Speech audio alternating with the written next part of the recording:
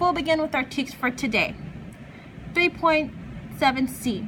Determine the solution to problems involving addition and subtraction of time intervals in minutes using pictorial models or tools such as a 15-minute event plus a 30-minute event equals 45 minutes.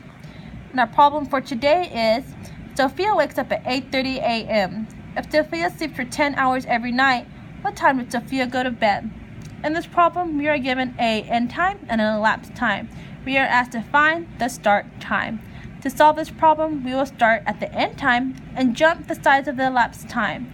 Where we land after the jumps, we will get our start time. So we will draw a timeline and label the end time, which was 8:30 a.m. And so we'll be applying the Make 60 approach to get to the nearest hour, which will be 8 o'clock a.m. And so we will deduct this size of the first jump from the total elapsed time. And so we have one jump, and so that takes away 30 minutes from our total time, which our total time is 10. So now we have 9 hours and 30 minutes. Alright, so now that we have deducted and got to the nearest hour, it would make it easier to count back by hours. And we are counting back by hours because we have the end time, but we must find the start time. So let's go ahead and do that. We have 9 hours to count. So 8 to 7 a.m., 7 to 6 o'clock a.m., 6 to 5 a.m., 1, 2, 3, 4, 5, 6, 7, 8, 9. So 5 to 4 a.m. to 3 a.m., 3 to 2 a.m., 2 to 1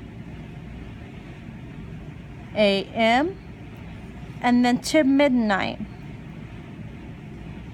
a.m. So now I counted 1, 2, 3, 4, 5, 6, 7, 8, 9, 10. I'm sorry, 1, 2, 3, 4, 5, 6, 7, 8, 9. I wouldn't count this hour. Alright, so now I used up my 9 hours, but we still have this 30 minutes. So I'm going to make another small line. So going back just 30 minutes would be 11:30 p.m. And so the way I did it is also more realistic because right here at 12 a.m. it changes from p.m. to a.m.